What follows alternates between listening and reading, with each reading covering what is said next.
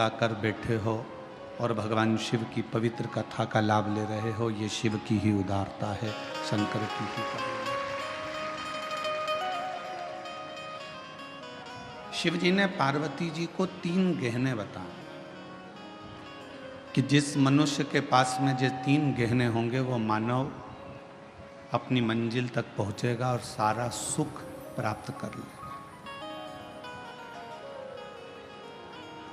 और जिस जिस मनुष्य को अपने जीवन में ये 3 गहने मिल जाएं, समझ लेना कि आपको फिर कहीं जाने की जरूरत नहीं है।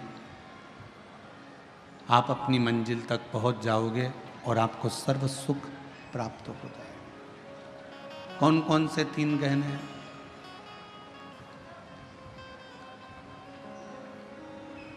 वो 3 गहने हैं।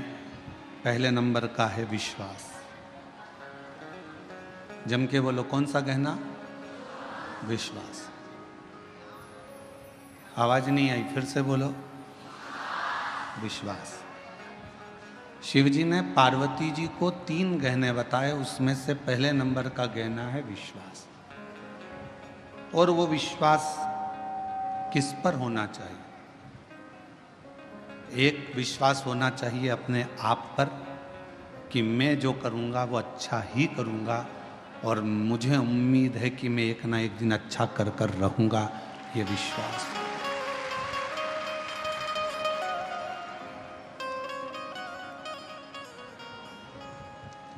हमारा विश्वास, हमारा भरोसा, हमारी दृढ़ता, और ये विश्वास खुद पर भी हो और मेरे शिव पर भी हो। ये विश्वास स्वयं पर भी होना चाहिए और देवाधिदेव महादेव पर भी होना चाहिए।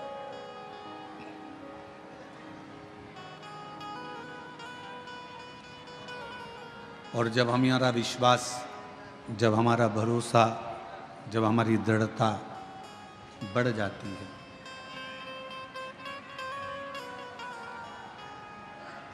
जब हमारा विश्वास, हमारी दृढ़ता बढ़ जाती है, तब निश्चित है कि हम जो नहीं भी कर सकते हैं वो शिव जी की कृपा से कर दिखाते हैं और मंजिल तक पहुंच जाते हैं।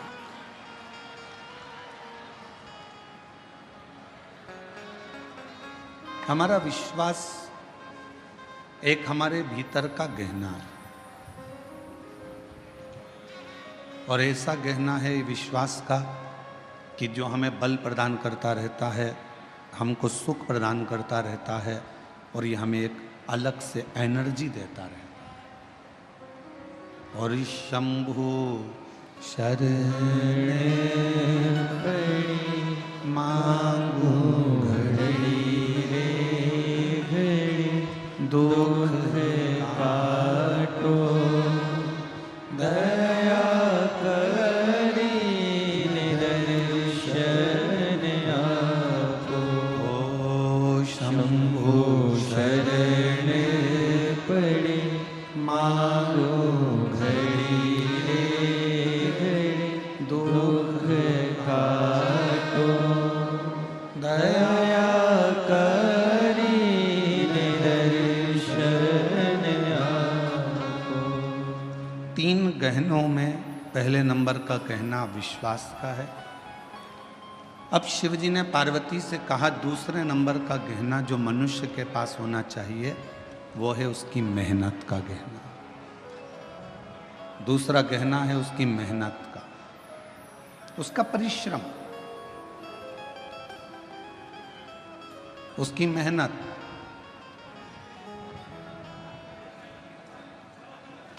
ये दूसरे नंबर का गहना है, आपकी मेहनत का गहना। यदि आप थोड़ी सी भी मेहनत कर रहे हो, थोड़ा सा भी परिश्रम अपनी जिंदगी में कर रहे हो, तो ये निश्चित है कि आप अपनी मंजिल तक भी पहुंचोगे और आपको आपका लक्ष्य भी प्राप्त हो।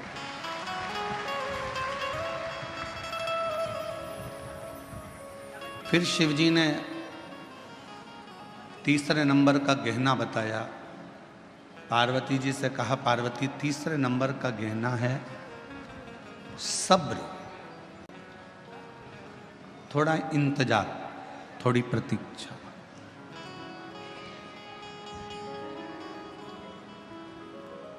ये तीसरे नंबर का गहना है आपका सब्र। पहले नंबर पर है, जम के बोलो, विश्वास। दूसरे नंबर पर है मेहनत, और तीसरे नंबर पर है सब्र, थोड़ा इंतजार। जब आपने विश्वास कर लिया, भरोसा कर लिया, फिर आपने मेहनत कर ली, और मेहनत करने के बाद भी अगर आपको फल नहीं मिल रहा है, विश्वास करने के बाद भी यदि आपको फल प्राप्त नहीं हो रहा है, तो फिर थोड़ा सा इंतजार करना, मेहनत करते रहना, विश्वास करते रहना, फिर थोड़ा इंतजार करना, और इंतजार का फल जब मिलेगा तो जीवन एकदम आनंदित हो जाएगा, फिर दुख नहीं। शिरडी के साईं बाबा का एक मूल मंत्र है, श्रद्धा सबूरी। श्रद्धा होना चाहिए और सबूरी होना चाहिए, थोड़ा प्रतीक्षा, थोड़ा इंतजार।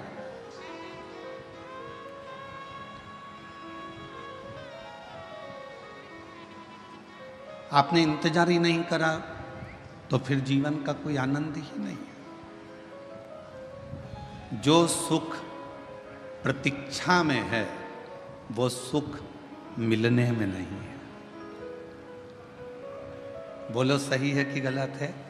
जो सुख प्रतीक्षा में है, इंतजार में, वो मिलने में नहीं है। कैसे? प्रैक्टिकल करना। तुम्हारे घर में टीवी नहीं थी, या 4 व्हीलर गाड़ी नहीं थी, 2 व्हीलर गाड़ी नहीं थी, या फ्रिज नहीं था, वॉशिंग मशीन नहीं थी, या तुम्हारे घर में कोई जो तुम्हें ज़रूरत है वो चीज़ नहीं थी, तुमने उसकी प्रतीक्षा करी, इंतज़ार करा। टीवी आएगी, दशहरे पे आएगी, दिवाली पर आएगी, सोफ़ा सेट आएगा, या फिर 4 व्हीलर गाड़ी आएगी, 2 व्हीलर गाड़ी आएगी, इंतज़ार करते रहे, इंतज़ार करते रहे। बहू आएगी, बहू आएगी, बहू आएगी, इंतज़ार करते रहे। और फिर जब प्रतीक्षा पूरी हो गई, बेटे की शादी हो गई, बहू आ गई, या गाड़ी आ गई, या सोफ़ा सेट आ गया, या टीवी आ गई, इसके बाद उसके बाद का फिर समय तुम जानो, क्योंकि अभी हमारी बहू नहीं आई। उसके बाद का तुम जानो।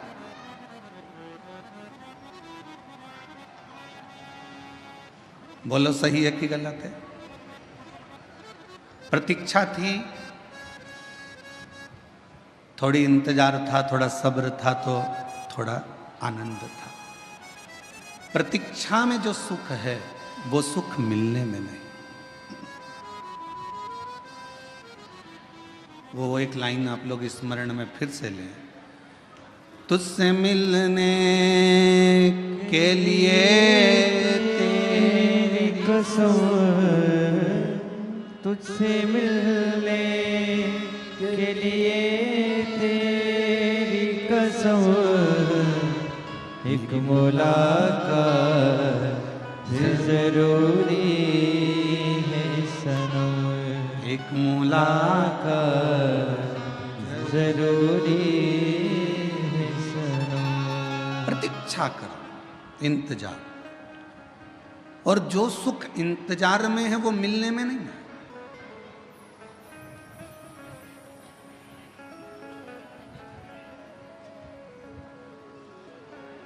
अच्छा, विचार करिए थोड़ा सा।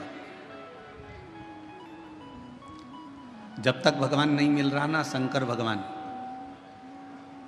जब तक तुम्हें शिव महापुराण की कथा नहीं मिलती ना, 1, 1:15, 1:30 बजे तक तुम ऐसी बेचैन रहती हो, इधर उधर उधर उधर उधर। और जैसे ही कथा चालू हुई और शिव महापुराण की कथा मिल गई, फिर तुम्हारी प्रतीक्षा समाप्त हो गई, फिर उससे मिल लिए, कथा 2.5 घंटे की कानों में पड़ गई। अब फिर जैसे ही सुध नहीं रहेगी, क्यों इतनी जल्दी 4 बज गई? जिसका इंतजार रहता है ना, और उससे अगर मिलन हो जाए तो उससे मिले हुए 10 घंटे, 12 घंटे, 8 घंटे, 4 घंटे थोड़े से लगते हैं। इतनी जल्दी। फिर 4 बजते से ही अपनी अपनी दरी संभाली, बेग पीछे करा,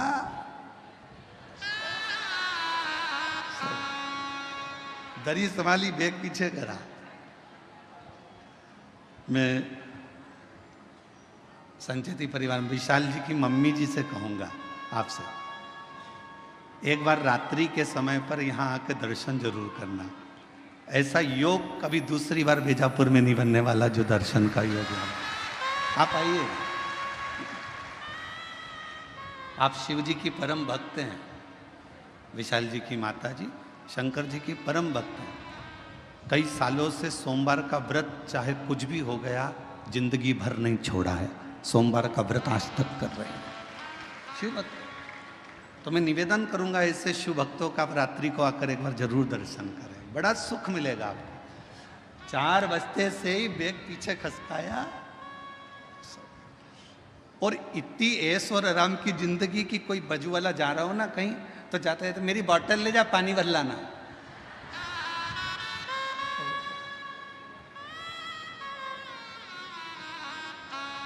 हम तो बाबा के भरोसे चलते हैं, हम तो बाबा के भरोसे चलते हैं।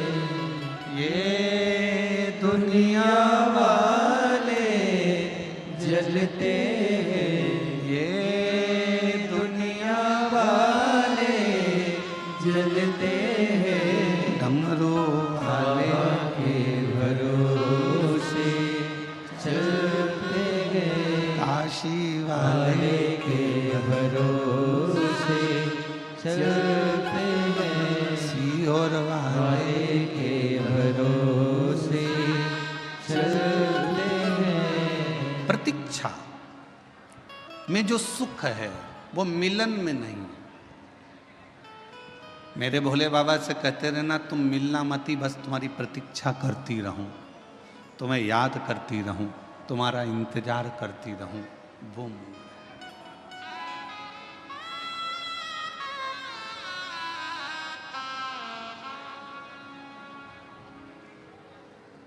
तुम्हारा इंतजार मूल है। मिलने के बाद इतनी फिर आनंदता नहीं रहती है, प्रतीक्षा में आनंदता रहती है। प्रतीक्षा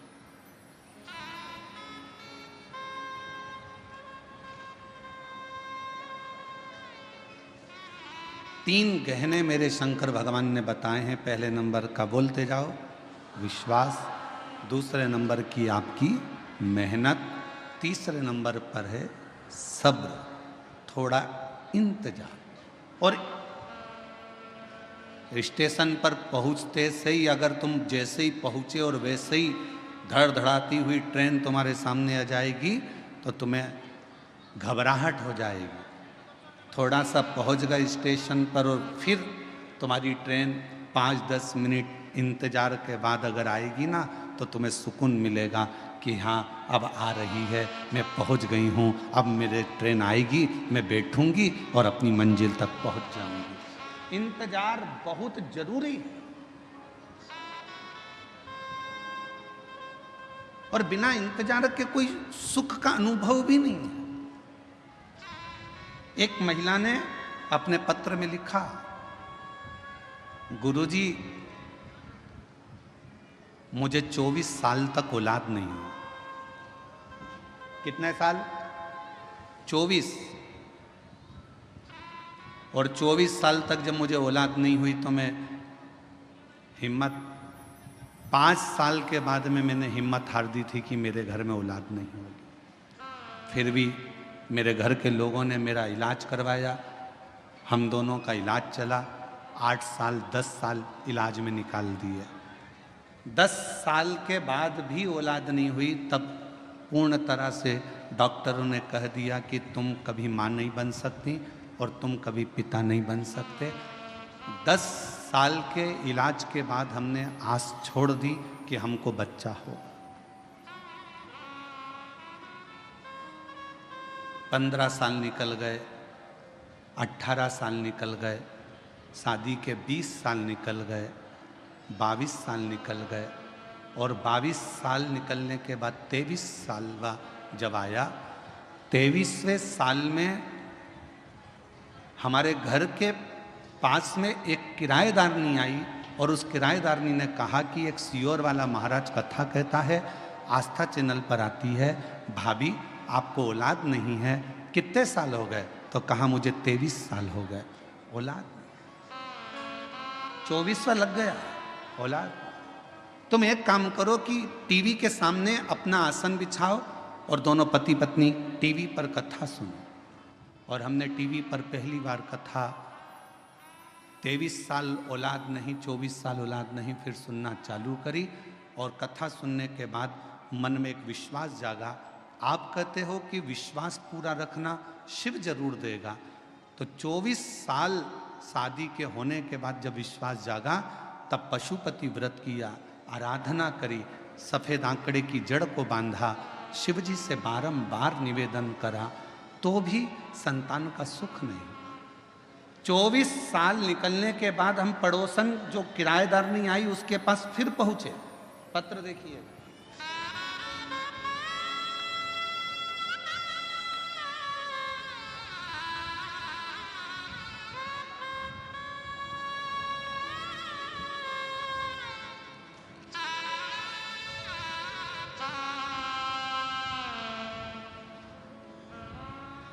मेरा नाम सोसीमा राजेंद्र पाटिल, गांव सिऊर, तहसील बेजापुर, जिला छत्रपति संभाजी नगर। कहीं बैठी हों तो बच्चों को लेके आ सकते हैं। 24 साल निकलने के बाद भी संतान का सुख सामने नजर नहीं आया तो किराएदारनी से कहा कि वो सीहोर वाला महाराज भी झूठ बोलता है। किराएदारनी ने कहा तू ऐसी बात मत कर, मैं सबकी बुराई सुन सकती हूँ पर वो सीहोर वाला महाराज की नहीं सुन सकती, वो झूठ नहीं बोलता। उस किराएदारनी ने अपने उस बहन ने पत्र में लिखा कि किराएदारनी बोली वो सीहोर वाला महाराज कथा नहीं कहता, शंकर स्वयं कथा कहता है, और मुझे विश्वास है तेरे घर औलाद होगी। एक बार फिर वापिस सफ़ेद आंकड़े की जड़ का प्रयोग कर, वापिस प्रयोग करा, और बाबा की कृपा से 15 फरवरी 2024 को एक नहीं, बाबा की कृपा से 2 संतान ने जन्म लिया 24 साल के बाद। दोनों संतान के फोटो लगा रही हूँ, दोनों के फोटो आप लोग एलईडी पर आस्था चैनल पर देख सकते हैं। एलईडी आस्था चैनल पर दोनों के फोटो देख सकते हैं। एक नहीं 2 मेरे बाबा ने दिए, और 24 साल के बाद शिव पर अगर कहीं बैठी हो तो दोनों बच्चों को लेकर आ सकते। शिव पर करा भरोसा, कभी टूटा नहीं, कभी नहीं। इंतजार बहुत जरूरी है, सब्र बहुत जरूरी। 3 गहने मेरे शंकर भगवान बता रहे हैं पार्वती जी को। पहले नंबर का बोलते जाओ, विश्वास अपने आप पर भी रखना और देवाधिदेव महादेव पर भी रखना। दूसरे नंबर का अपनी मेहनत, मेहनत में पीछे मत हटना, परिश्रम करते रहना। कुआं खोदते रहो, 10 कुएं मत खोदना।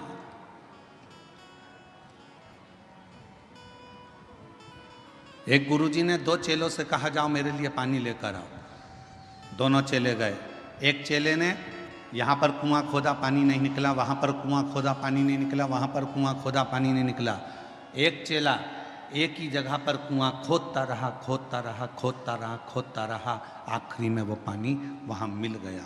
15 फीट इधर खोदा, 25 फीट उधर खोदा, 50 फीट उधर खोदा। उस लड़के ने एक ही जगह पर 100 फीट खोद दिया।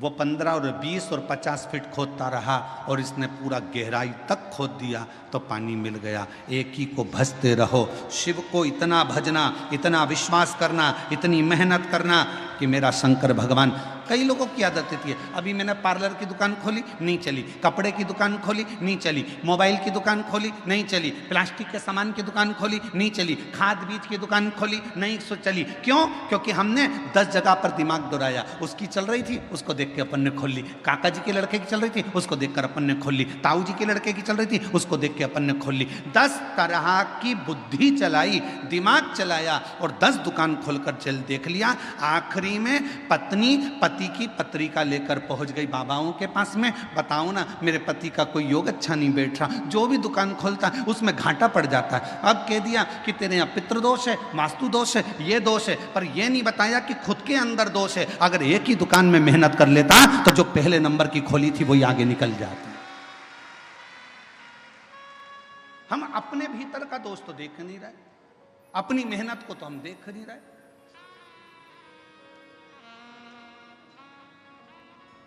और मत बुरे कर्म कर बंदे वरना पछताएगा, भगवान की आंखों से तू बच नहीं पाएगा, तू बच नहीं पाएगा।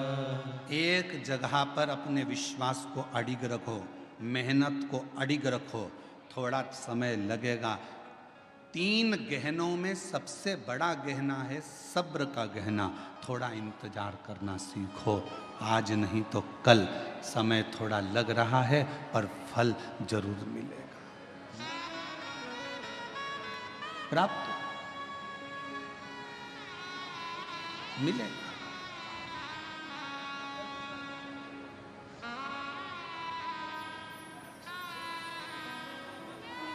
थोड़ा सा इंतजार करो, थोड़ा सा।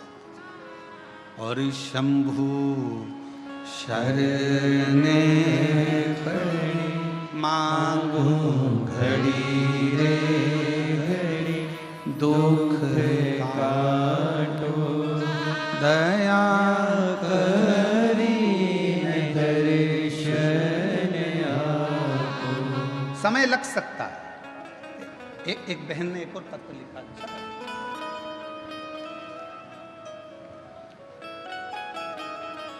मैं मंगलाबाई शंकर कोली, गांव तरवाड़े, जिला धूलिया की रहने वाली हूँ। मेरा मोबाइल नंबर ये है। मेरी पोती चारू कोली, जो बचपन से ही जिसकी किडनी में दिक्कत थी, जो अभी 11 साल की है। कहीं बैठी हो चारू, चारू बेटा अगर कहीं बैठी हो तो हाथ हिला सकती हो, और यदि उसकी दादी आई हो तो वो भी हाथ हिला सकती है। मेरी पोती चारू कोली, जो बचपन से ही किडनी में दिक्कत थी, जो आज 11 साल की है। इलाज के लिए हमने मुंबई, गुजरात, सूरत के अस्पतालों में दिखाया तो बताया कि किडनी खराब हो गई है और ऑपरेशन करने का बोल दिया। किडनी निकालना होगी। घर वाले सभी जन चिंता में पड़ गए। तभी आपकी कथा धूलिया महाराष्ट्र में 2023 में हो रही थी। हम पंडाल में आए और महादेव से विनती की, आपकी अब किडनी ठीक कर दो। मेरे बाबा से निवेदन कर कर पशुपतिनाथ का व्रत किया। दुनिया के लोग पूछते हैं, गुरुजी पशुपति व्रत क्या केवल मनुष्य ने करा है? हम कहते हैं ये पशुपति व्रत पाशुपत्य अस्त्र प्राप्त करने के लिए स्वयं राम जी ने भी करा है, स्वयं भगवान कृष्ण ने भी करा है। पशुपति व्रत किया।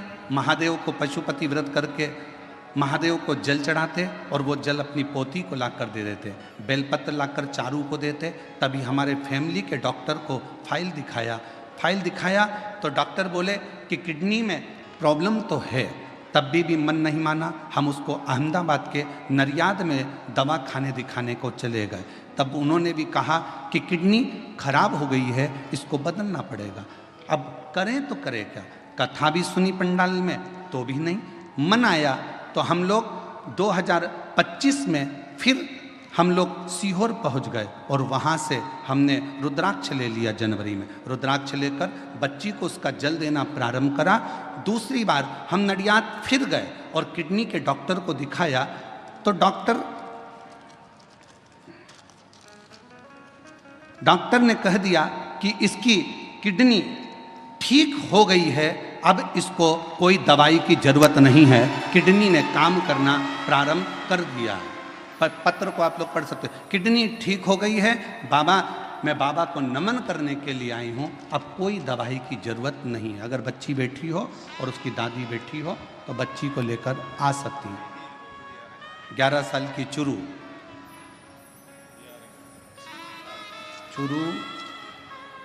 मंगलाबाई शंकर कोली, गांव तरवाड़े, जिला धूलिया की रहने वाली। मोबाइल नंबर ये है। शिव शिव है, शंकर शंकर। अब इसमें 3 चीजें सामने आ गई। पहले नंबर पर आपका विश्वास, दूसरे नंबर पर आपकी मेहनत। डॉक्टर को भी दिखाया और हमने पहले भी कथा में कहा है, डॉक्टर शंकर जी का एक रूप है। कौन है डॉक्टर? शिव का एक रूप है। आप डॉक्टर के पास जाइए,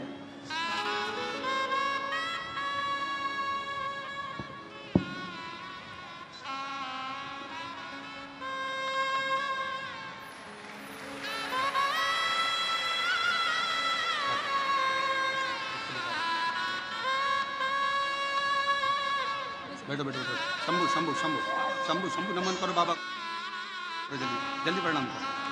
शंभु प्रणाम करो, जय बेटा ले ले प्रणाम करो।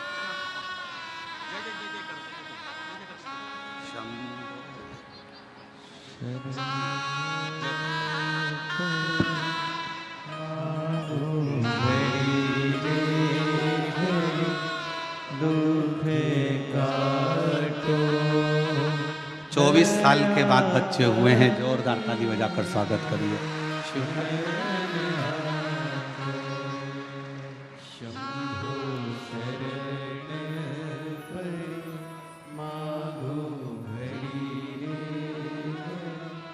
दुख काटो, दया करी निदर्शन। ओ शंभु शरण पड़ी, मागो घड़ी रे घड़ी। दुख काटो, दया करी निदर्शन आपो। शिव कथा कह रही है। 3 काम करिए, विश्वास, मेहनत। डॉक्टर को भी शिव का एक रूप मानकर उसके पास जरूर जाओ। जांच बोले जांच कराओ, दवाइयाँ दे दवाइयाँ खाओ, और विश्वास रखो कि मेरे घर का ये व्यक्ति ठीक होकर ही रहे। फिर थोड़ा सा इंतजार करो, थोड़ा इंतजार।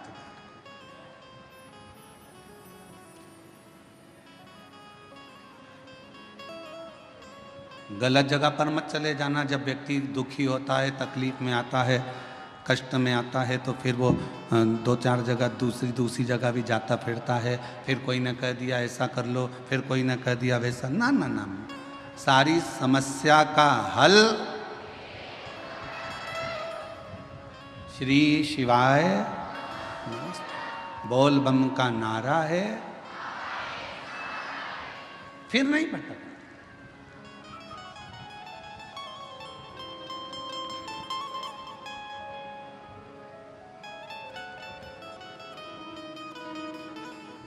हम इंतजार नहीं कर पाते।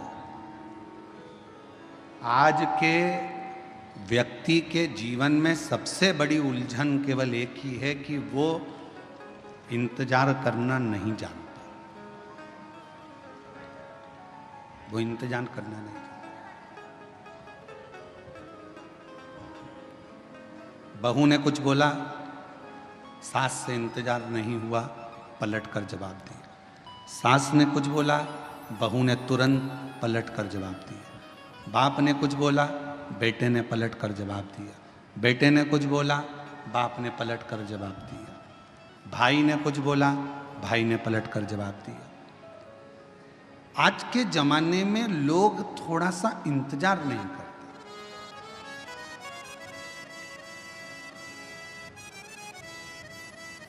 भगवान ने कितनी बड़ी कृपा करी है, आपको सर भी दिया है तो सर में दिमाग भी दिया है। अरे बोलो तो जम के, दिया कि नहीं दिया? अगर ये सिर भगवान ने दिया है तो साथ में तुमको दिमाग भी दिया, नहीं तो सिर तो एक माचिस की तीली का भी होता है। देखिए माचिस की तीली, बोलो बोलो जम के बोलो, देखिए माचिस की तीली। माचिस की तीली को देखना, उसमें भी सिर होता है, पर माचिस की तीली में दिमाग होता है क्या? नहीं। माचिस की तीली में सिर होगा पर दिमाग नहीं होगा। माचिस की तीली में केवल सिर है, केवल सिर। इसलिए माचिस की तीली थोड़े से ही घिसने से, थोड़े से ही घर्षण से, थोड़े से ही घिसने से माचिस की तीली तुरंत जल जाती है, क्योंकि उसमें दिमाग नहीं है।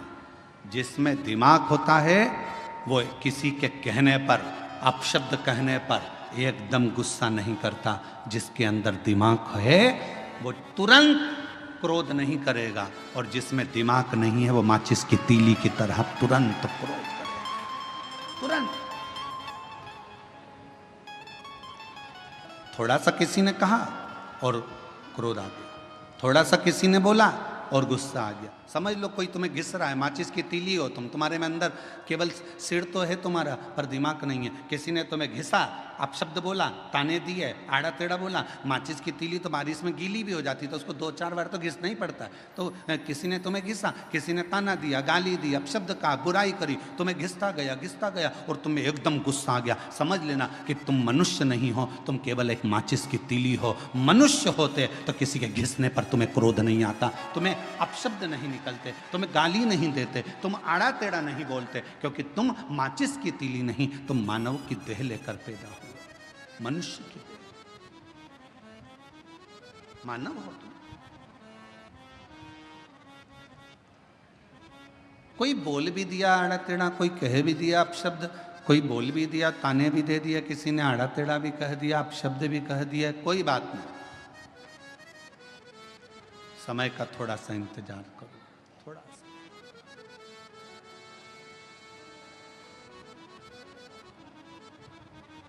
कभी मौका लगे ना तो एक बार शिव महापुराण की रुद्र संहिता अवश्य पढ़िएगा, और कभी अगर मौका मिल जाए तो कुर्म पुराण का 26वें नंबर का अध्याय जरूर पढ़िएगा। कुर्म पुराण के 26वें अध्याय में और शिव महापुराण के रुद्र संहिता में, दोनों में भगवान शंकर माता पार्वती जी से कहते हैं, ब्रह्मदेव से कहते हैं, ब्रह्मा जी सुनो, ए ब्रह्मदेव, मेरे भक्त का यदि कोई स्वप्न में भी गलत करने का सोचता है, शिव जी कहते हैं वो अपनी पूरी जिंदगी को बर्बाद कर बैठता है, पूरी जिंदगी को बर्बाद कर। यदि आप शंकर भगवान का भजन कर रहे हो, शिव जी को एक लोटा जल चढ़ा रहे हो, शंकर भगवान का अनुमोदन कर रहे हो, शिव जी का गुणगान कर रहे हो, शंकर जी की कथा का रसपान कर रहे हो, शिव भक्ति में डूबे हुए हो, शंकर जी के नाम में डूबे हुए हो, शंकर जी की भक्ति में डूबे हुए हो, शिव स्मरण में डूबे हुए हो, शंकर भगवान की कथा में डूबे हुए हो, भगवान की अविरल भक्ति में डूबे हुए हो, और यदि कोई तुम्हारा बुरा कर रहा है, तुम्हारे लिए बुरा लिख रहा है, तुम्हारे लिए बुरा बोल रहा है, तुम्हारे लिए बुरा करने की तैयारी में है, समझ लेना उसके घर का व्यक्ति कोई ना कोई घर में या तो बीमार पड़ा रहेगा, या उसके घर में धीरे धीरे तकलीफें बढ़ती चली जाएगी, और उसको मरते दम तक धीरे धीरे केवल भुगतना ही पड़ेगा, वो सुखी नहीं रह सकता। ये सियोर वाला महाराज नहीं कह रहा है, ये पंडित प्रदीप मिश्रा नहीं कह रहा है, यह कह रही है शिव महापुराण की रुद्र संहिता, यह कह रही है कुर्म पुराण का 26वें नंबर का अध्याय वर्णन कर रहा है। स्वयं भगवान शंकर ब्रह्मा जी से कहते हैं, मेरे भक्त का यदि कोई स्वप्न में भी बुरा करने का सोचता है, बुरा बोलने का सोचता है, बुरा कहने का सोचता है, तो उसने अपने पूरे परिवार को डुबोने का विचार कर लिया, उसका परिवार सुखी नहीं रह सकता। तन से मन से और धन से वो बर्बाद होता ही रहता है। इसलिए मेरी जीजियों, मेरे जीजाओं, मेरी बेटियों बेटाओं, मेरी माताओं, मेरे भाई, मेरे बंधुओं, मेरे पिता तुल्य बुजुर्ग बंधुओं, मैं आपसे निवेदन करना चाहूंगा, सबकी निंदा करिएगा पर शिव की कभी निंदा नहीं। सबकी निंदा करिए पर शंकर के भक्त की कभी निंदा नहीं। कारण एक, नारद जी ने भगवान विष्णु से शिव जी की निंदा करी थी तो नारद जी के मुख बंदर का लगा था। बंदर नारद जी ने भगवान विष्णु से शिव जी की निंदा करी और भगवान विष्णु ने निंदा सुन ली थी तो उनको घोड़े का मुंह लगा था। हयग्रीव अवतार हुआ था। ये निंदा बड़ी विचित्र है। बहुत सारे मिलेंगे दिन भर मोबाइल पर, उनका एक ही काम है कि शिव पुराण की निंदा करो, शंकर जी की निंदा करो, शिव भक्त की निंदा करो, शिव कथा वाचने वालों की निंदा करो, शिव स्मरण करने वालों की निंदा करो। उनके पास केवल फ्री बैठे हैं तो वो अपने कुल को कैसे डुबोएंगे, तो गलत गलत लिखते जाते हैं जिससे उनका कुल, परिवार, बेटे बेटी, माता पिता, परिवार के जितने सदस्य हैं वो किसी न किसी रूप में तकलीफ भोगते ही रहते हैं। गलत लिखा, गलत बोला, गलत।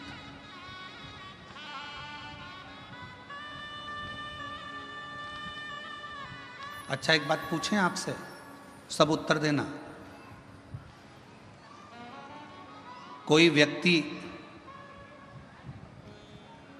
की लड़ाई हो गई किसी व्यक्ति से और तुम पास में खड़े थे और खड़े होकर तुमने केवल इतना सा कहा, दे दो चार और दे, बोलो केस बनेगा कि नहीं बनेगा तुम पर? अरे जम के तो बोलो, बनेगा ना। क्यों बनेगा? तूने प्रोत्साहन दिया, तुझे बोलना था बंद कर, पर तूने कहा दे और दे, दो चार और दे।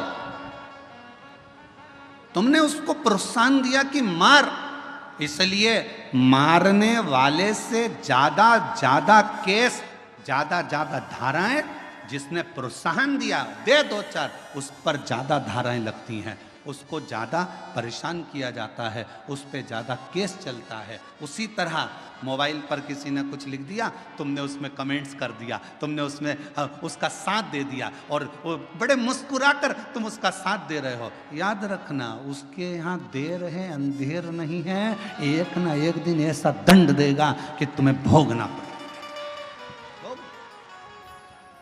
कोई गलत लिख रहा है, डिलीट हो जाओ,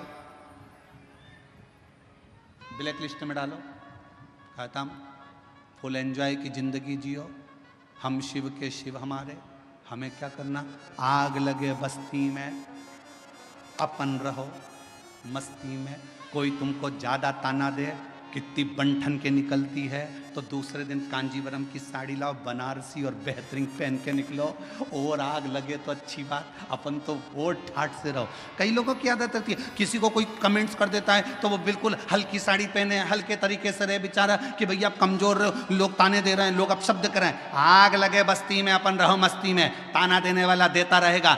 जिंदगी हो गई। शंकर भगवान माता पार्वती जी के साथ में भ्रमण पर निकले, शिव जी नंदी पर पार्वती के साथ बैठकर जा रहे थे, तो किसी ने कह दिया बताओ दोनों एक नंदी पर बैठे हैं? शंकर भगवान नंदी से उतर गए, पार्वती जी को नंदी पर लेकर निकले। दूसरा व्यक्ति मिला, उसने कहा बताओ पति तो नीचे चल रहा है, पत्नी को लेकर घूम रहा है नंदी पर। भगवान शंकर ने पार्वती को नीचे उतार दिया, स्वयं नंदी पर बैठ गए। तो फिर कहा बताओ कितना कठोर व्यक्ति होगा, पत्नी को नीचे चला रहा है, खुद बैठकर चल रहा है। दोनों ही नीचे उतर गए, नंदी को खाली ले जा रहे थे। फिर किसी ने कह दिया बताओ इतना अच्छा तगड़ा नंदी है तो बैठकर क्यों नहीं जाते? ये दुनिया की रीति है, कहे बिगर रह नहीं सकते, इसलिए अपने को फुल एंजॉय से जिंदगी जीना है, अपनी मस्ती में जियो। आग लगे बस्ती में अपन रहो मस्ती में, क्या किसको रोइए और चादर तान के सोइए, खुश होकर जिंदगी जियो। आजाद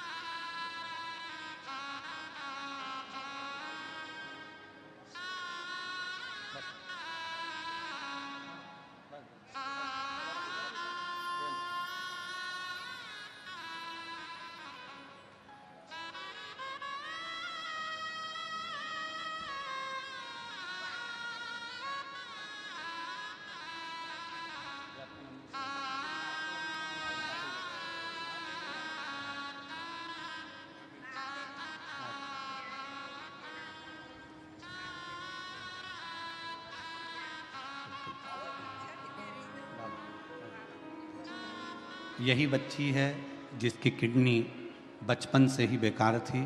डॉक्टर ने किडनी बदलने का कह दिया था, ऑपरेशन का। और नासिक की कथा को श्रवण करने के बाद बाबा पर भरोसा कर कर शिव पर आश्रित हुई और शिव जी की कृपा से डॉक्टर ने कह दिया, किडनी ने काम करना चालू कर दिया, दवाई गोली बंद हुई और बाबा की कृपा से स्वस्थ हुई। एक बार जोरदार ताली बजा साहब। और शंभु शरणे पड़ी मांगू घड़ी रे घड़ी दुख काटो दया करी दर्शन आपो।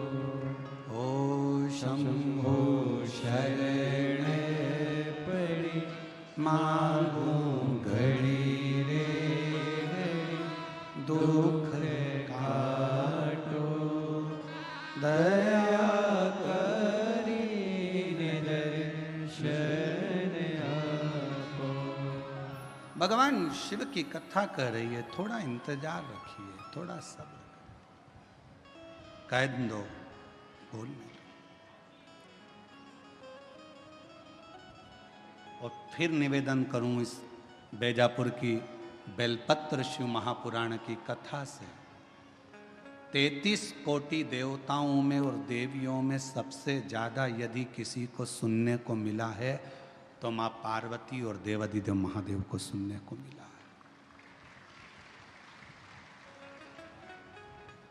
पार्वती जी अपनी सहेलियों के घर भी जाती थी ना, बेस्ट फ्रेंडों से मिलने भी जाती थी, तो पार्वती को नीचा दिखाया जाता था। हम नहीं कह रहे, पुराण कह रहे। एक बार पार्वती जी अपनी सहेली के यहां पर चली गई, मां लक्ष्मी के यहां, और लक्ष्मी जी बैठी हुई थी और पार्वती जी को देखकर बोली, पार्वती तेरे भी भाग्य बड़े विचित्र हैं री।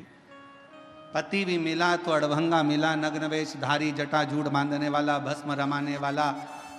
मेरा घर देख, मेरे पति को देख, मेरे घर में सोने के सिंहासन, सोने के पर्णकोटे, बैकुंठ देख, सोने की दीवारें, सोने के कलश, सोने के द्वारे, सोने के फाटक, सोने की खिड़की, सब सोने का बना है। और पार्वती जी बोली, मुझे सोने से मतलब क्या है, मेरा तो जो पति है वो ही गोल्ड है, तो मुझे करना क्या है? जब मेरा पति ही गोल्ड है तो मुझे करना क्या इस गोल्ड? क्या करूं?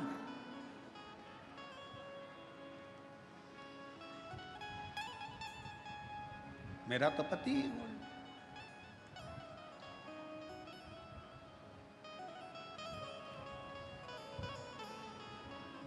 वो कहते हैं भोलेनाथ ब्यूटी फूल।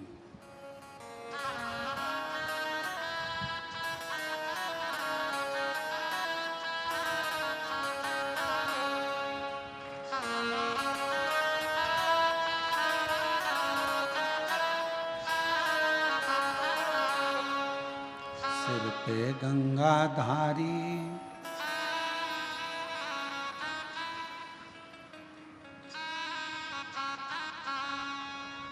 क्या बोलते सले, मस्तक पे गंगा सिर पे लेवे, कल्याण उनका कर दे भोलेनाथ ब्यूटी। गंगा सिर पर लेवे, कल्याण वो कर देवे, भोलेनाथ ब्यूटीफुल। मेरा पति तो खुद गोल्ड है, ये गोल्ड की नगरी का मैं करूंगी क्या?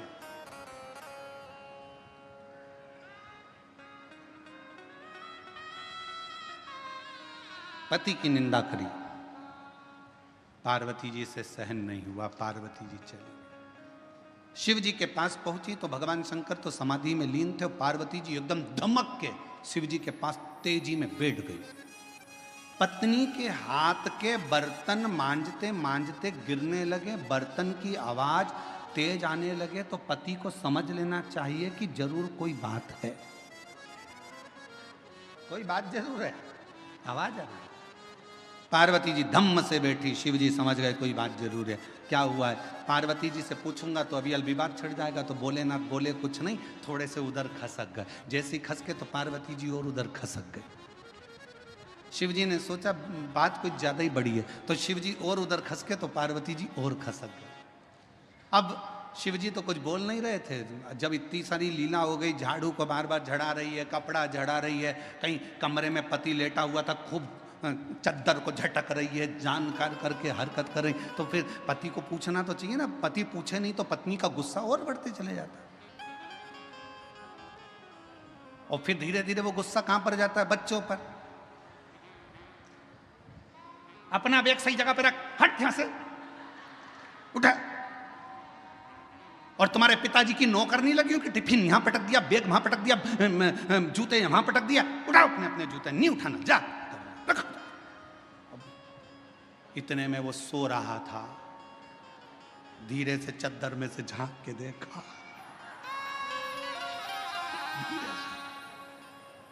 और उसके स्मरण में आया, अम्बे तू है जगदम्बे,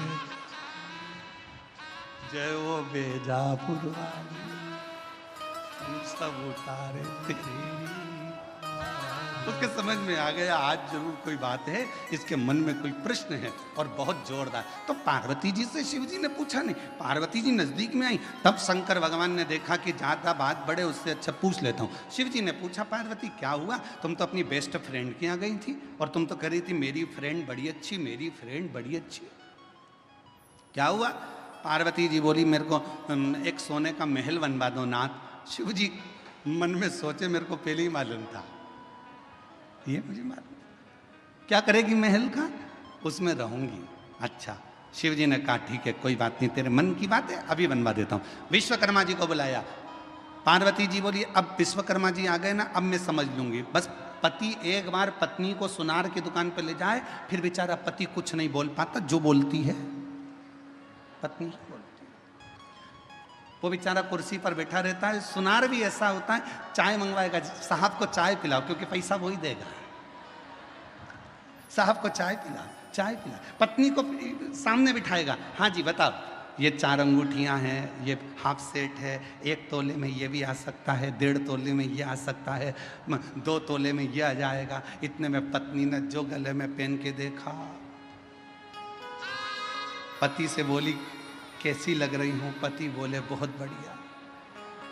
बस तो करवा चौथ पे ले लूं मैं? पति ने कहा ले ले। अब करवा चौथ पे पत्नी ने हार पहना, छत पे गई, पति की पूजन करी, चलनी में मुंह देख रही थी पति का, पति उसके हार को देख रहा था, वो मुंह देख रही थी, वो हार देख रहा था।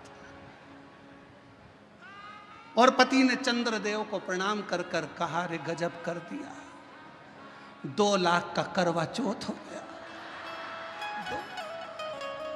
अब सोचे, देखे सुख क्या।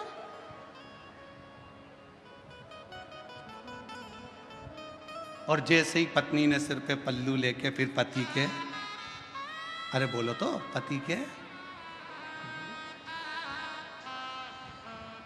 ये पति के चरण छू रही थी। पति चंद्रदेव को प्रार्थना कर रहा था, जैसे आज छू रही है, रोज क्यों नहीं कर देता?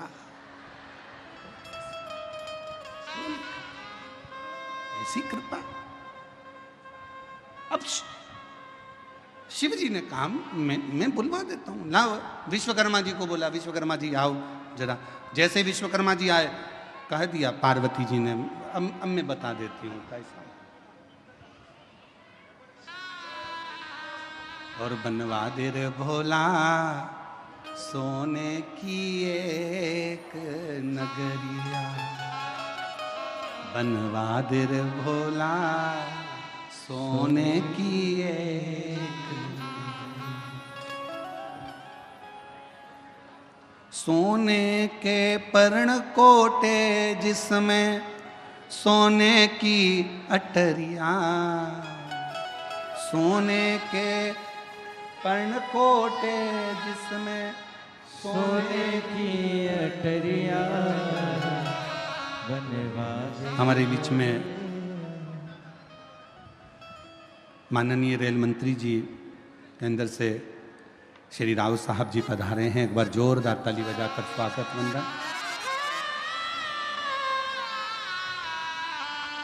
जोरदार ताली बजाकर स्वागत करें माननीय रेल मंत्री जी का जो हमारे बीच में पधारे हैं।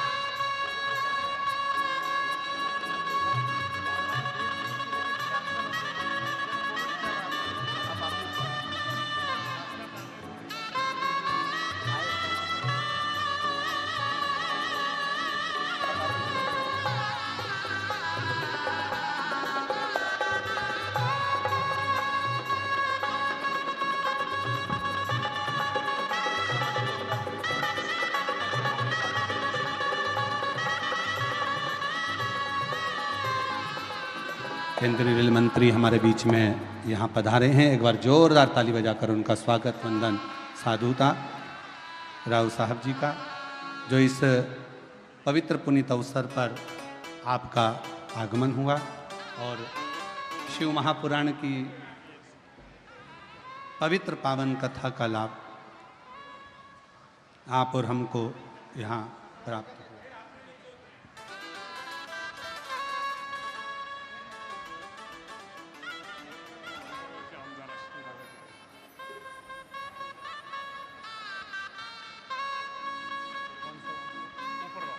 कोपर गांव के आमदार जी हमारे बीच में पधारे हैं। एक बार जोरदार ताली बजाकर स्वागत।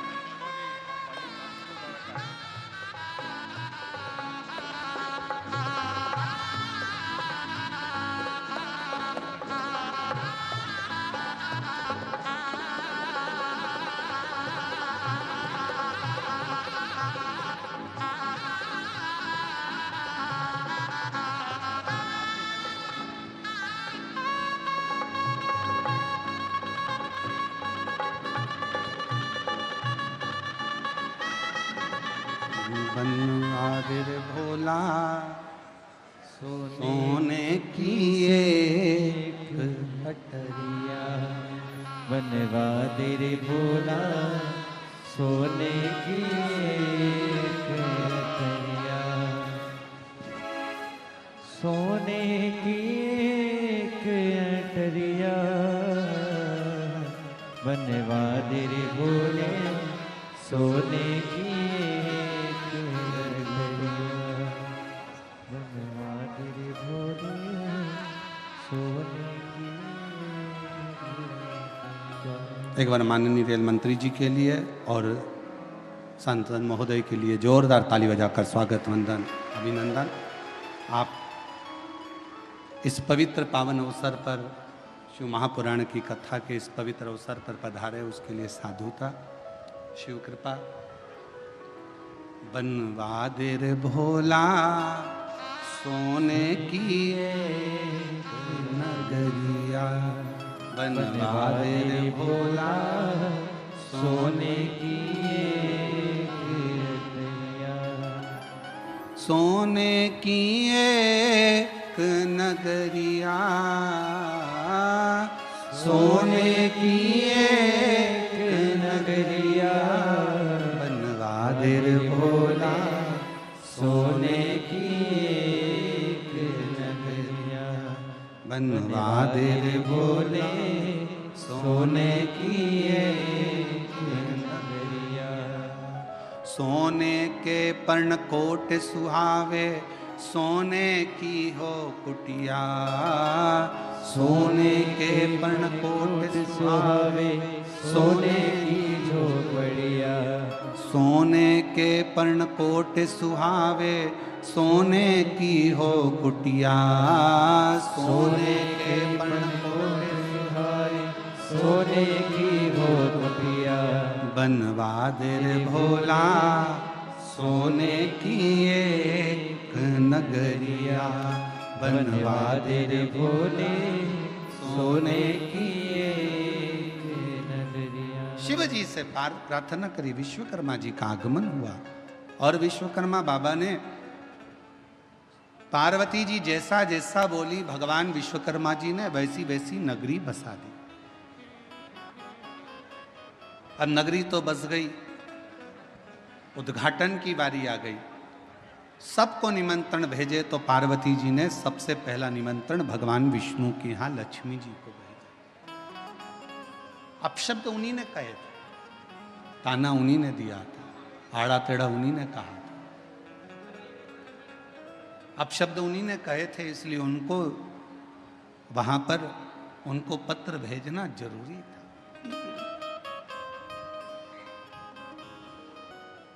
सब कुछ हुआ, सब कुछ। फिर आखिरी में मेरे देव अधिदेव महादेव ने निर्णय लिया, मेरे शंकर भगवान ने ये विचार किया कि कहीं, शिवजी का ये विचार आया, शंकर भगवान ने ये विचार किया कि कहीं ये पार्वती जी के भीतर कहीं आई अभिमत्ता ना एकत्रित हो जाए।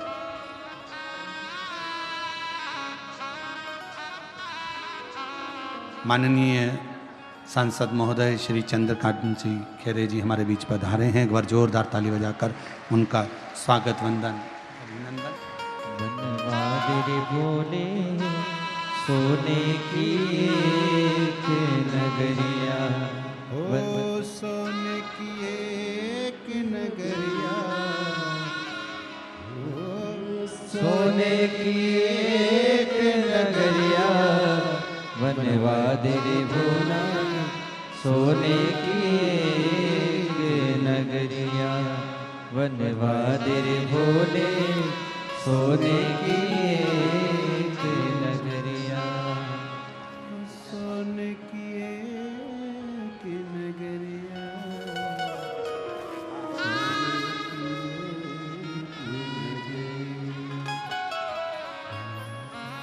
सोने की एक नगरिया, सोने की एक नगरिया, बनवा दे रे भोला सोने की एक नगरिया, बनवा दे रे भोला सोने की एक नगरिया। शिव कथा कह रहे हैं, भगवान शंकर का संवाद कर रहा है, शिव महापुराण की कथा कहती है। शिव जी को लगा कि पार्वती जी के भीतर कहीं थोड़ा सा अहम ना आ जाए, और यदि ये अहंकार आ गया तो फिर हमारी तप साधना तो बेकार हो गई। तब लंकापति रावण के पिता श्री विशर्वा जी ने पूजन करी, और शिव जी ने ऐसी बुद्धि विशर्वा जी की कर दी कि विशर्वा जी ने जब पूजन पूरी हो गई, मकान की वास्तु पूरा हो गया मकान का, तब विशर्वा जी ने वही मकान दक्षिणा में मांग लिया कि ये मुझे दक्षिणा में दे दीजिए, इसको मैं रखना चाहता हूं, ये मुझे। पार्वती जी को क्रोध आ गया, विशर्वा जी तुमने मेरे मन के इस मकान को लिया है, ये लंका तुमने ली है, मैं तुम्हें श्राप देती हूं कि इस लंका में कोई दिया जलाने वाला ना बचे, एक दिन इसमें आग जरूर लगेगी, ये मेरी पसंद। शिव कथा कर रही है। 3 कहने मेरे भगवान शंकर ने कहे हैं। पहला विश्वास, दूसरी जम के बोलो मेहनत, और तीसरे नंबर पर है सब्र। ये जब 3 गहने हमारे पास में रहे तो जीवन का सुख अपने आप प्राप्त होता। और शिव तो शिव है, कुछ नहीं रखते अपने पास में, सब देते। बस आप उसके नाम का स्मरण करते चलो, उसको पुकारते चलो, श्री शिवाय नमस्तुभ्यम कहते चलो।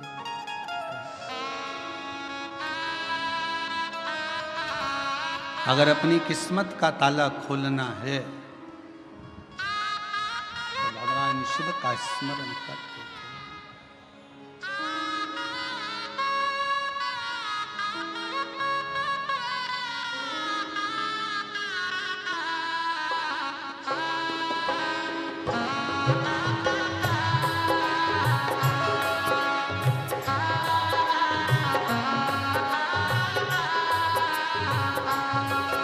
अपनी किस्मत का ताला हो,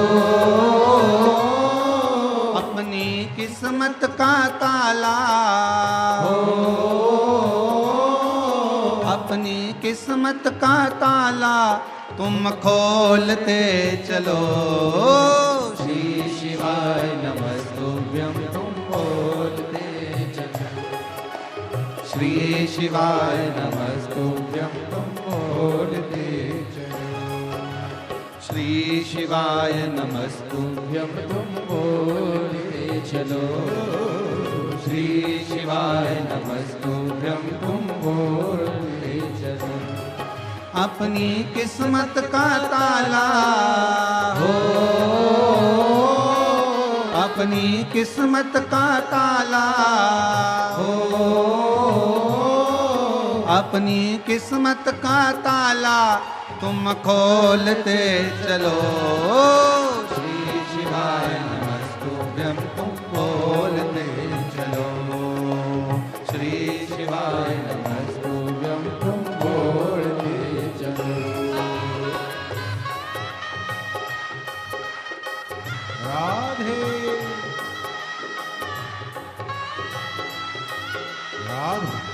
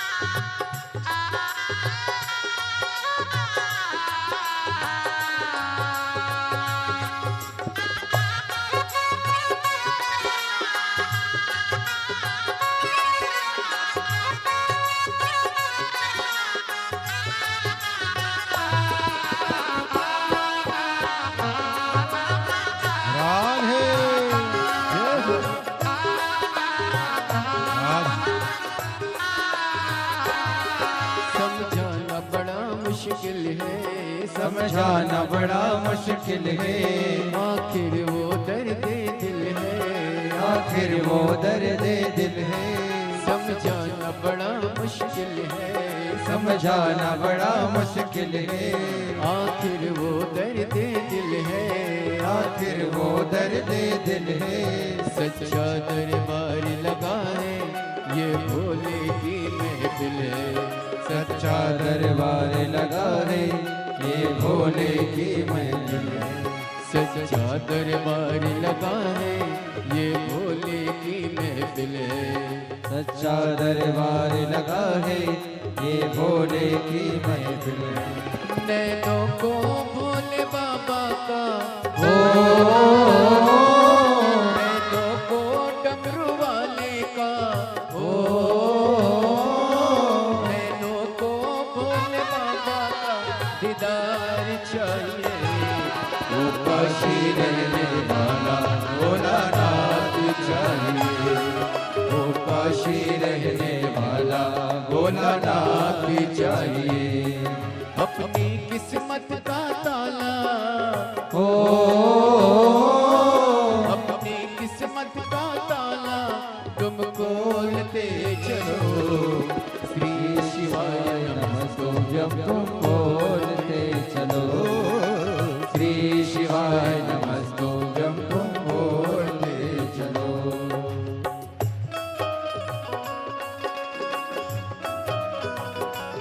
राधे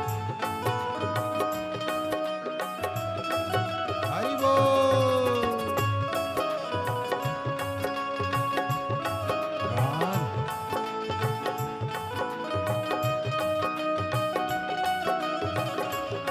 राधे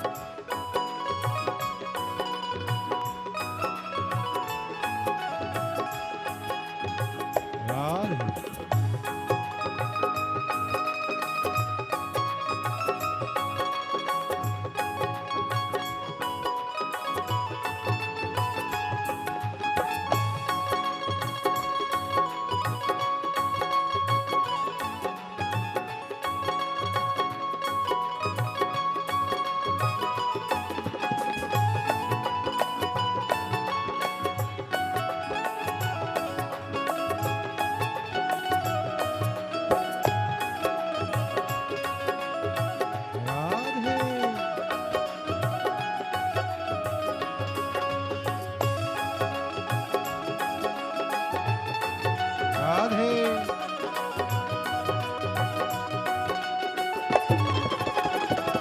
राधे राधे राधे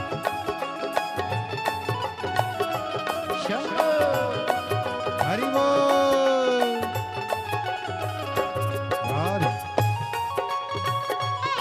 राधे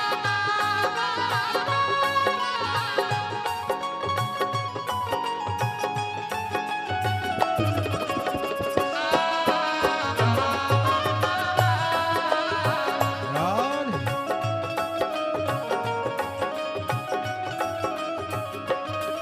कुछ कमी नार मानो की, कुछ कभी नार मानो की, तेरे दिल दीवानों की, तेरे इन दीवानों की, कुछ कमी नार मानो की, कुछ कभी नार मानो की, तेरे दिल दीवानों की, तेरे इन दीवानों की।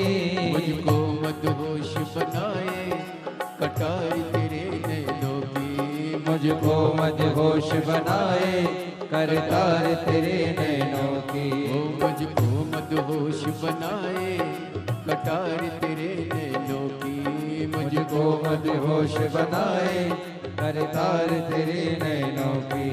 नैनों को डमरू वाले का ओ नैनों को काशी वाले का ओ नैनों को डमरू वाले का दीदार चाहिए। वो काशी रहने वाला भोलानाथ चाहिए, वो काशी रहने वाला भोलानाथ चाहिए।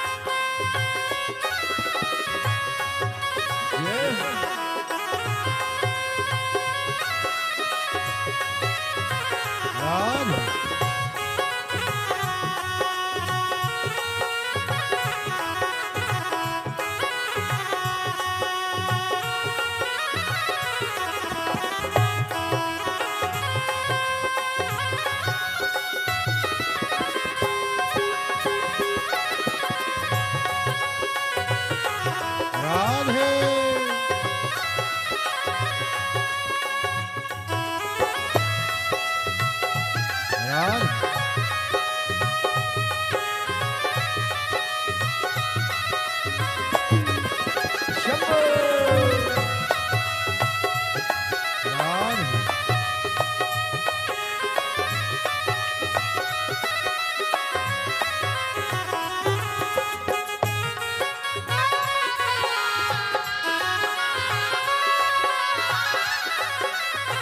राधे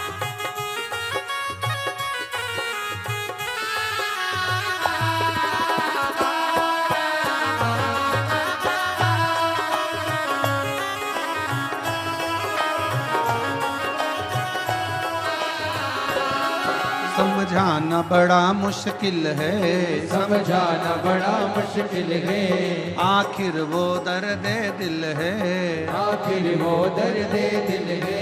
सच्चा दरबार लगा है, ये भोले की महफिल है। सच्चा दरबार लगा है, ये भोले की महफिल है। सच्चा दरबार लगा है, ये भोले की महफिल है।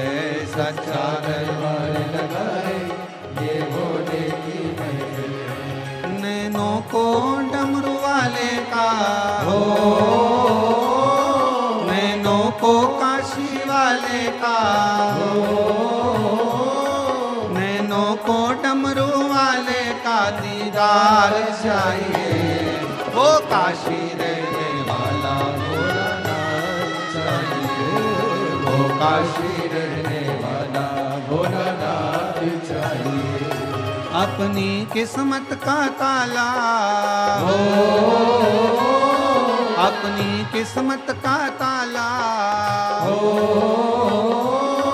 अपनी किस्मत का ताला तुम खोल के चलो।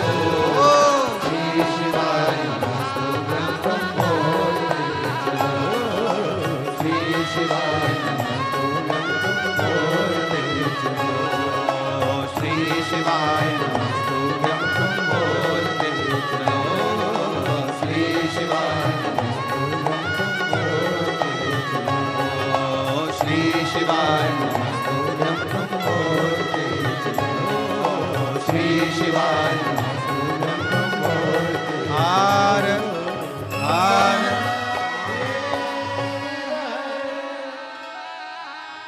अपने स्थान पर बैठकर बाबा देवाधिदेव महादेव को अपने हृदय से विनय करें, निवेदन करें, पुकारें, विनती करें। जहाँ जगह मिले वहाँ बैठकर बाबा को अपने मन का भाव कहें, विनय करें। देखो दूसरे की जगह पर मत बैठो, थोड़ा थोड़ा खसक खसक कर बैठो। आराम आराम से जहाँ जहाँ जगह मिल जाए वहाँ वहाँ बैठते जाएं।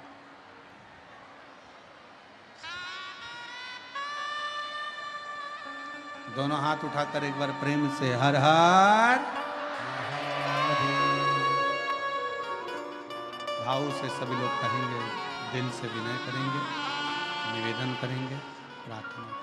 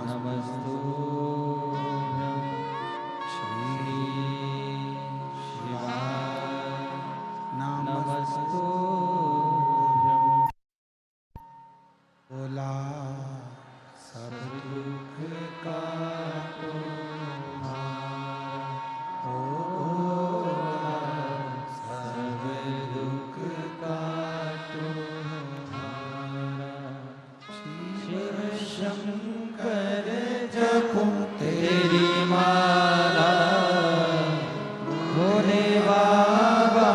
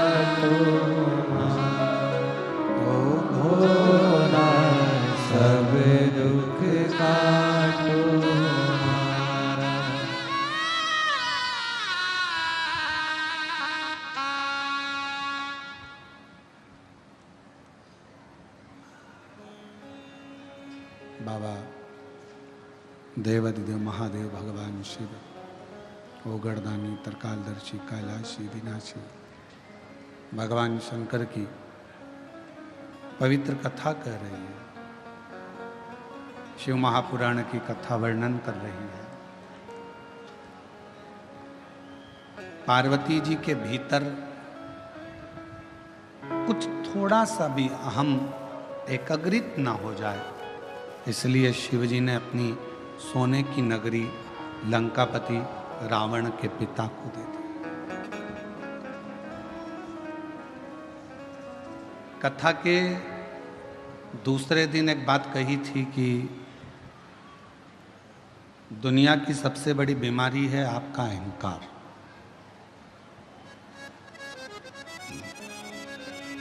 यदि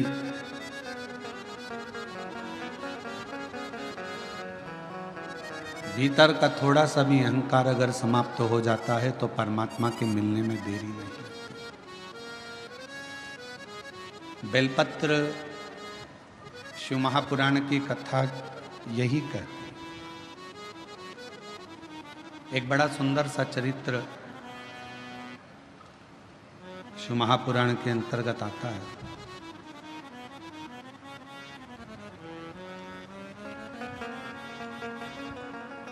चतुर्मास का समय था, जैसे चातुर्मास प्रारंभ होने वाला है और चातुर्मास का क्रम चालू होगा।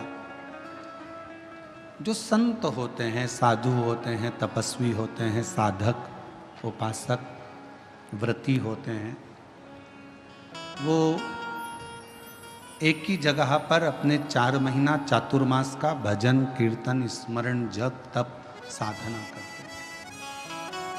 एक ही स्थान, वो कहीं जाते नहीं है।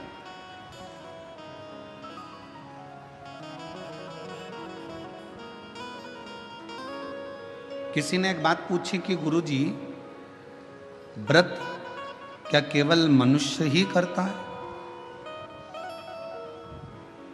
क्या केवल मानव ही व्रत को धारण करता है?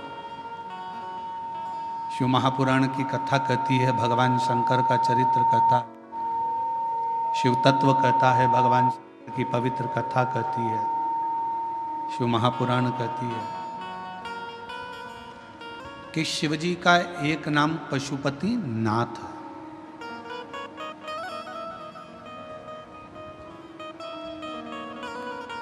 शिव को पशुपति नाथ भी कहते हैं, अर्थात 33 कोटि देवताओं को पशु बनाकर स्वयं उनके पति बनकर तारकासुर के 3 बेटे तारकाक्ष, विदुम्माली और कमलाक्ष की, इन तीनों का संहार मेरे शिव जी ने करा था।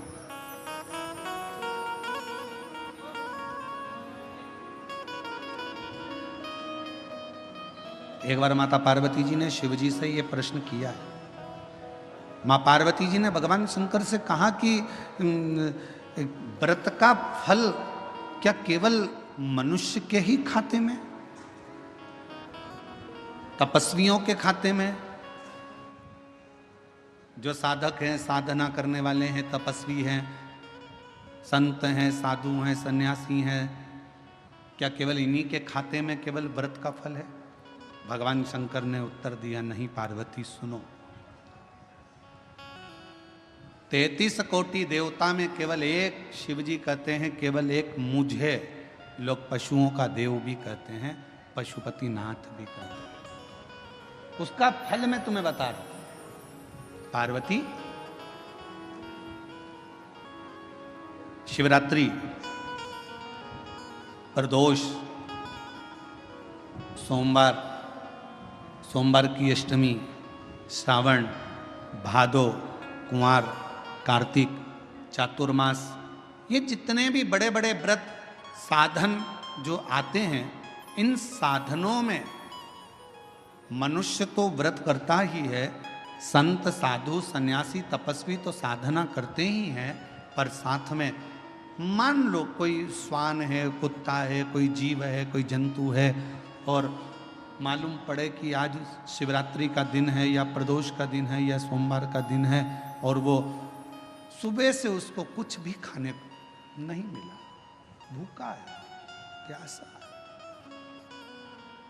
उसको कुछ मिल ही नहीं रहा, उसको कुछ प्राप्त ही नहीं हुआ। शिव जी कहते हैं पार्वती, मान लो अगर प्रदोष का दिन है और कोई पशु को अगर कुछ मिला नहीं है, अनायास, शिव तो अनायास कृपा करने वाले हैं। शिवरात्रि की कथा ये कहती है कि एक भील हिरण को मारने के लिए पेड़ पर चढ़ गया, बेलपत्र का पेड़ था, नीचे शंकर का शिवलिंग था, छाजल में जल था, रात भर पानी गिरता रहा, बेलपत्री का पेड़ हिलता रहा, उसमें से पत्ते नीचे गिरते रहे, और प्रातः में शिवजी प्रकट होकर उस भील पर करुणा कर देते। ये तो शिव कथा तो अनायास कृपा करने वाली है, अचानक करुणा करने वाली है, अचानक दया करने वाली। कोई पशु है, कोई पक्षी है, कोई जलचर है, कोई थलचर है, कोई वायुचर है, कोई ऐसे जीव हैं जो तिथि पर मान लो भूखे हैं, प्यासे हैं, शिव कहते हैं पार्वती जितना मनुष्य को व्रत का फल प्राप्त होता है, शिव कहते हैं उससे 4 गुना ज्यादा फल मैं पशुओं और पक्षियों को भी प्रदान कर देता हूं, उससे 4 गुना ज्यादा।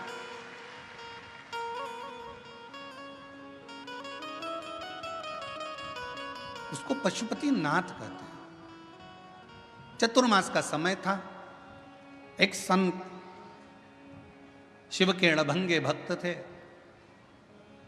एक पवित्र नदी के तट पर बैठकर भगवान शंकर की साधना, तप, आराधना शिव जी की करना प्रारंभ कर, पार्थिव शिवलिंग का निर्माण कर लेते, उन्हीं का पूजन करते, उन्हीं की अर्चना करते, उन्हीं की चाकरी करते। नदी के इस ओर संत सब तप साधना भजन पूजन कर रहे हैं, और नदी के उस ओर एक परिवार रहता था जिसमें एक बालक रहता था जिसका नाम था शिवानंद। क्या नाम है बालक का? शिवानंद।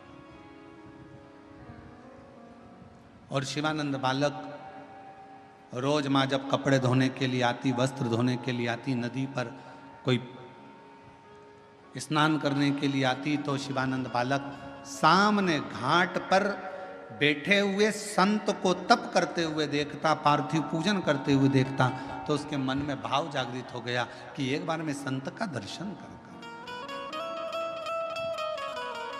और मैंने तेरे ही भरोसे बाबा, तेरे ही भरोसे हवा बिच उड़ती जावांगी, बाबा डोर तो छड़ी ना कटी जावांगी, भोले मैं तेरी पतन, शंभू मैं तेरी पतन हवा। शिवानंद बालक ने नौका ली,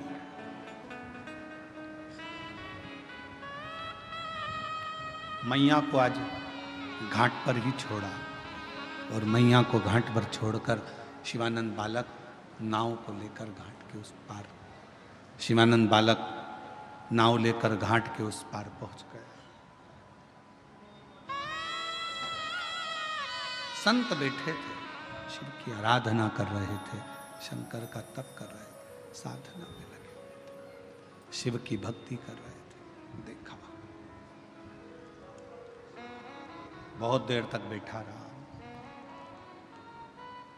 थोड़ी देर बाद उसने संत के चरणों को प्रणाम किया, पूछा कौन हो बालक तुम, कहां से आए हो, कहां रहते हो? बालक ने कहा मैं नदी के उस पार रहता हूं और मेरा नाम शिवानंद है। आपको आराधना करते हुए देखकर मेरा मन करा कि एक बार मैं आपको प्रणाम कर नमन किया, चले गया। अब तो शिवानंद का रोज का नियम बन गया। शिवानंद अब रोज उधर जाता, उधर से फिर इधर आता, फिर उधर जाता, फिर इधर आता। एक दिन शिवानंद ने अपनी माता को प्रणाम कर कर कहा, माँ मेरा मन है, चातुर्मास का समय चल रहा है, 4 महीने चल रहे हैं, मेरा दिल करता है माँ कि मैं वो संत जो घाट के उस पार है ना, उसकी सेवा करना चाहता हूँ, मैं संत की सेवा करना चाहता हूँ। ठीक है, माँ ने आज्ञा कर दी। बेटा शिवानंद संत के पास चला गया। संत दिन रात अपनी मस्ती में शिव स्मरण में लगे रहते थे। श्री शिवाय नमस्तुभ्यं, श्री शिवाय नमस्तुभ्यं, श्री शिवाय नमस्तुभ्यं, श्री शिवाय श्री शिवाय नमस्तुभ्यं, श्री शिवाय नमस्तुभ्यं, श्री शिवाय नमस्तुभ्यं, श्री शिवाय नमस्तुभ्यं। संत बैठे, शिवानंद बालक भी भगवान शिव की आराधना में डूबा रहता, भक्ति में। एक दिन शिवानंद बालक बेलपत्र के कुछ पत्र लेकर आ गया।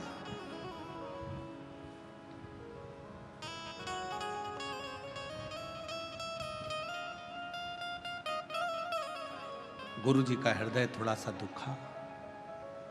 पूछा, तुम बेलपत्र के पत्ते लेकर आए हो, क्या तुमने बेलपत्र के पत्र को मंत्र दिया है? क्या तुमने बेलपत्र के पत्र को लाने के लिए निमंत्रण दिया है? शिवानंद बालक बोला कि मैंने ना तो कोई पत्र दिया, ना कोई मैंने मंत्र दिया, और ना कोई मैंने निमंत्रण दिया। बेलपत्र के पत्र को तोड़ने से पहले एक नियम है कि बेलपत्र के पत्र को वृक्ष से जब तोड़ा जाता है तो सबसे पहले उसको मंत्र दिया जाता है। क्या कहा जाता है? ओम नमः शिवाय। बेलपत्र के पत्र को पेड़ पे से जब तोड़ा जाता है तो ओम नमः शिवाय का नाद किया जाता है। और बेलपत्र के पत्र में, इसमें तो वो नहीं है गूठी, बेलपत्र का जब पत्ता टूटता है तो यहाँ एक गूठी आ जाती है। देखा है आप लोगों ने? जम के तो बोलो, देखा है? तो बेलपत्र के पत्र में जो गूठी होती है उसको भी जब तोड़ा जाता है, उस गूठी को जब अलग किया जाता है, तब भी शिव मंत्र उसको दिया जाता है। ओम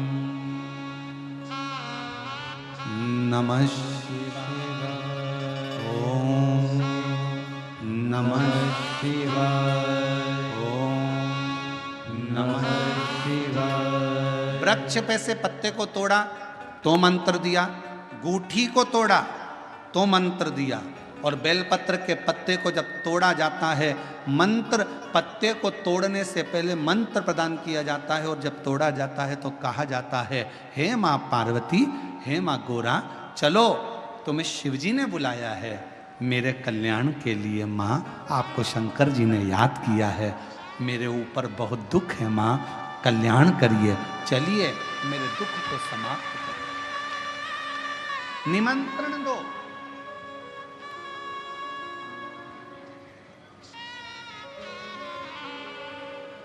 पहले नंबर पर क्या देना है बेलपत्र के पत्र को तोड़ने से पहले? जम के बोलो, मंत्र। दूसरे नंबर पर क्या देना है बेलपत्र के पत्र को चलने का? जम के बोलो, निमंत्रण। माँ पार्वती जी से कहो, हे माँ गोरा, हे माँ पार्वती, हे माँ चलिए, आपको शिव जी ने याद किया है। माँ, हे माँ पार्वती, हे माँ गोरा, मेरे कल्याण के लिए मेरे दुख को दूर करने के लिए, मेरी तकलीफ़ों को हरने के लिए, हे माँ गोरा मेरे कष्ट को समाप्त करने के लिए, माँ गोरा मेरा भंडार भरने के लिए आपको शिव जी ने याद किया है, निमंत्रण दो।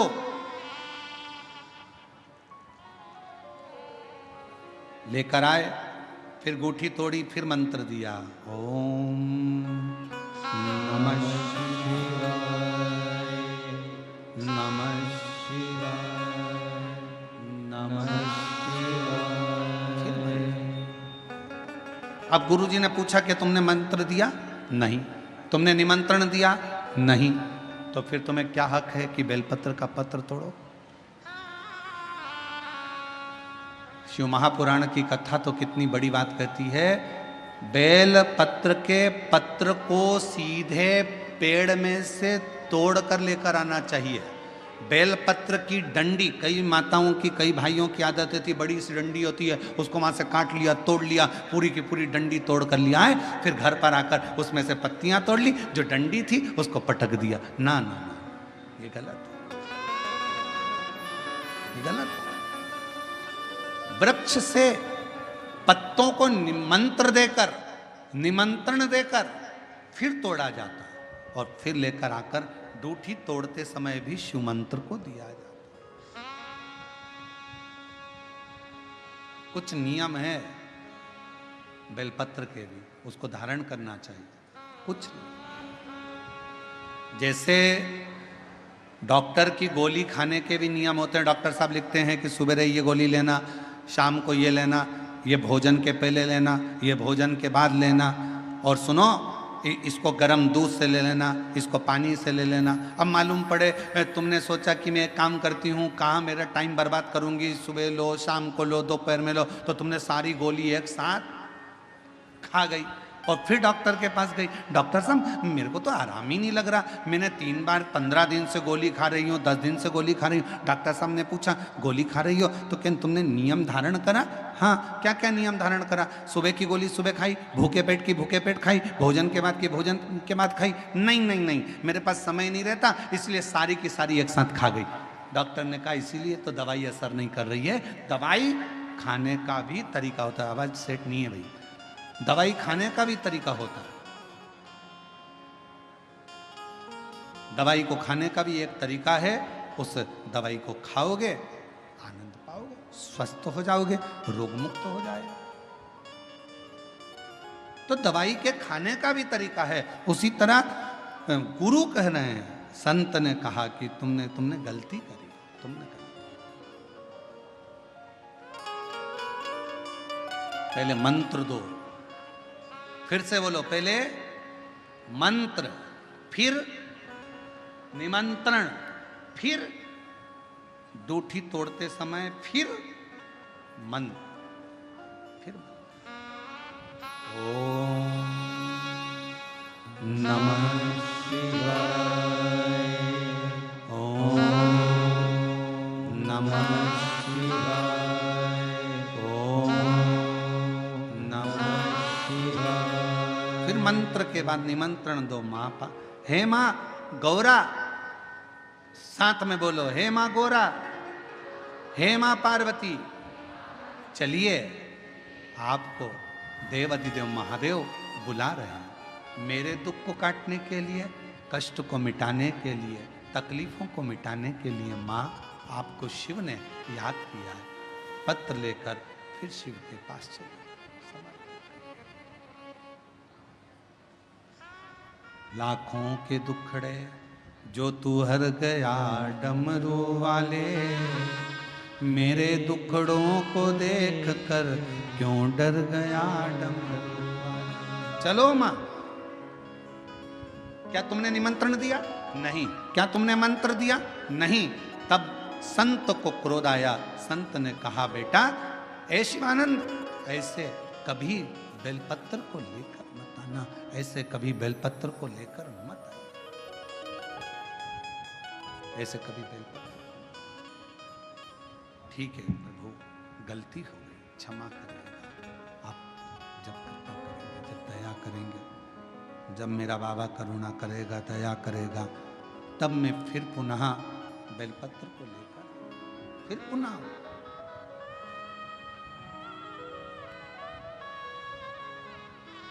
अब शिवानंद जैसे संत ने बताया था वैसे की वैसे ही कहने लगे। अब उसका फल संत को नहीं मिल रहा, उसका फल शिवानंद को मिलेगा। समय आया, 2 महीना चतुर्मास के निकल गए और 2 महीना निकलने के बाद आज संत बैठे थे, तप की मुद्रा में शिव की आराधना कर रहे थे। आंखों से नीर बह रहा था संत के मुख से, अश्रु।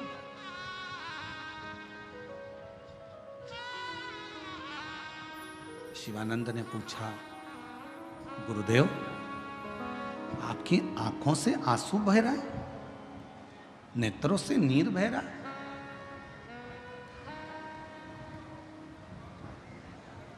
मेरे भाई, जिससे प्रेम करो, जिसको अपना मानो, और अगर उसी की जिंदगी में दुख आने वाला हो और आपको मालूम पड़ जाए कि जिंदगी में ये तकलीफ आ रही है उसके, तो नैनों से नीर बहने लगता, आंसू। एक पत्र है, अच्छा है।